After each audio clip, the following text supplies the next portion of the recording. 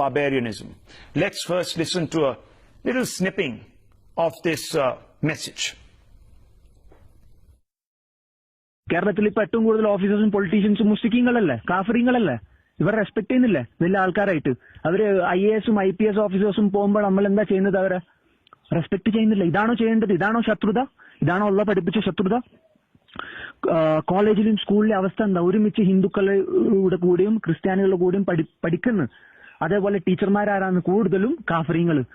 ഞാൻ സുന്നി മദ്രസയില പഠിപ്പിച്ചത്. ഇനി സുന്നി അല്ല, സലഫി അല്ല, ആരാവട്ടെ, ഇവരൊന്നും ഈ ആയത്ത് എന്തുകൊണ്ട് പഠിപ്പിക്കുന്നില്ല?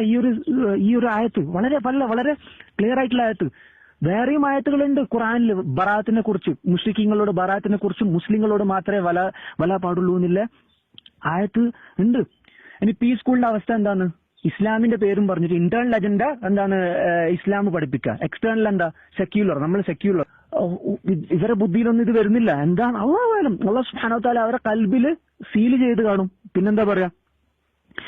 അതേപോലെ ഈ കേനമും വിസ്ഡമും ഇവരൊക്കെ സ്റ്റേജ് പരിപാടികളിൽ എന്താ സംഭവിക്കുക?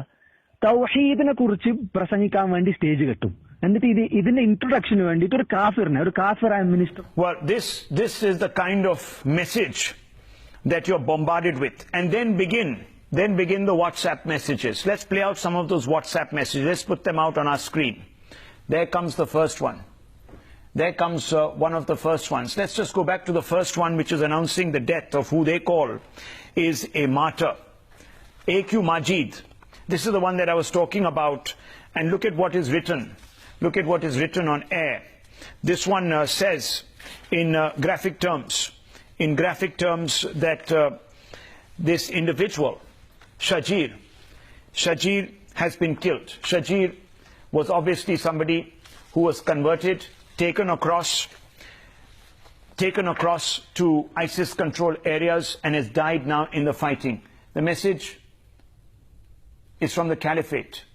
A.Q. Majid is the person who sees it.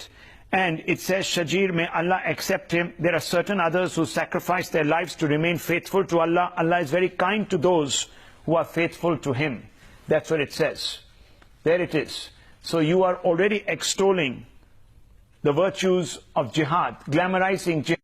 To this tape recording first of this individual who is spewing venom against the fundamentals of this country, of this great nation, India.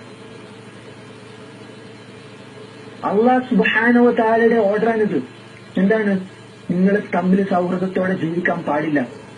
ഈ വല അൽ ബറ എന്നുള്ളൊരു concept മുസ്ലിങ്ങള്, ഈ സ്കോളേഴ്സിലെ ഈ ഡിക്കറ്റ് scholars ഒരിക്കലും മുസ്ലിങ്ങളെ പഠിപ്പിക്കുന്നില്ല. അതാണ് കുഴപ്പം.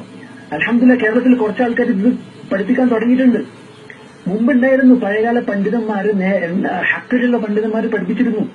ഇപ്പോഴത്തെ ഈ പണ്ഡിതം എന്ന് പറയുന്ന ആൾക്കാരില്ലേ, ഇവരിതൊന്നും പഠിപ്പിക്കൂല. ബിക്കോസ് ഇവർക്ക് മുസ്ലിങ്ങളോട് ജീവിക്കുക, ഇവർക്ക് അവരെ എന്താ പറയാ, പണം മാത്രം മതി. ഇവർക്ക് പണവും പ്രശസ്തിയും ഇതൊക്കെ മാത്രം മതി. വേറെയും അജണ്ട ഒക്കെ ഉണ്ട്.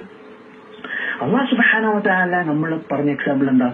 മുസ്ലിങ്ങളോട്, കാഫിറുകളോട്, ഹിന്ദുക്കളോട്, ക്രിസ്ത്യാനികളോട് നമ്മൾ ശത്രുത പാലിക്കണം.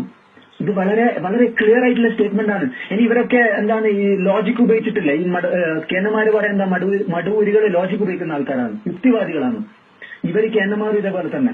ഈ ബാക്കിയുള്ള മറ്റുള്ള സംഘടനകളും ഉണ്ട് ഇതേപോലെ യുക്തി ഉപയോഗിക്കുക. അള്ളാന്റെ സ്റ്റേറ്റ്മെന്റ് ഇവർക്കൊന്നും എഫക്ട് ചെയ്യില്ല.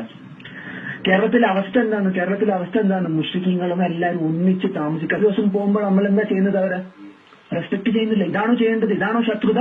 ഇതാണോ അള്ളാഹ് പഠിപ്പിച്ച ശത്രുത? കോളേജിലും സ്കൂളിലെ അവസ്ഥ എന്താ? ഒരുമിച്ച് ഹിന്ദുക്കളുടെ കൂടെയും ക്രിസ്ത്യാനികളുടെ കൂടെയും പഠിക്കുന്നു.